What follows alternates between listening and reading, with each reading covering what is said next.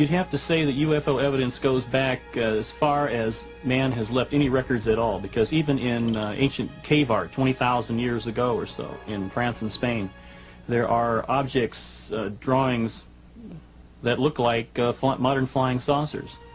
So you'd have to go back that far if you wanted to start some point in time when the first UFO report was recorded. Forever frozen in silence and in stone, these provocative drawings raise questions which are debated to this day. For some, these shapes represent gods or ancestral spirits. But for others, they are ancient depictions of spacecraft, ancient aliens.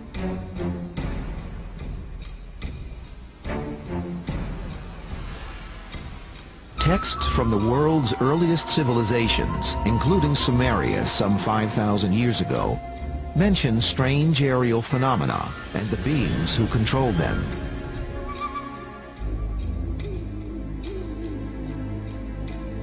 There are ancient records in which people describe different kinds of flying objects which they have seen.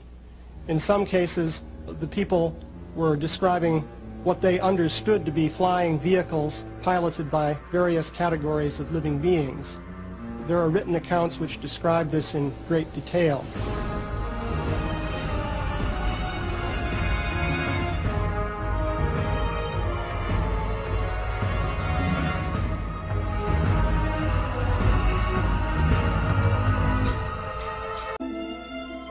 Despite scientific skepticism, the annals of human affairs contain many curious examples of strange objects seen in the sky. One of the earliest written records of an encounter with a UFO comes from Egypt, more than 3,500 years ago.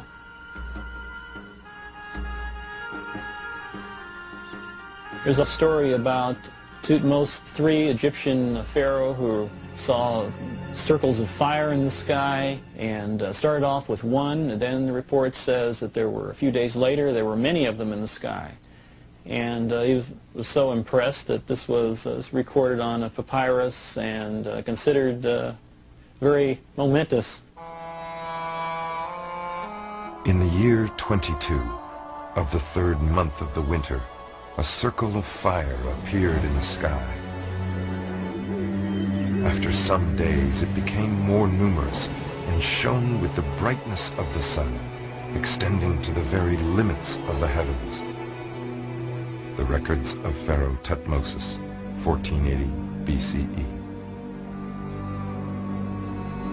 Centuries later, during his invasion of Asia, the mighty Greek leader Alexander the Great is chronicled as having witnessed UFOs. While crossing a river in 329 BC, Alexander and his men observe what are described as gleaming silver shields in the sky. The objects repeatedly swoop down on the column of soldiers, scattering men and horses in panic.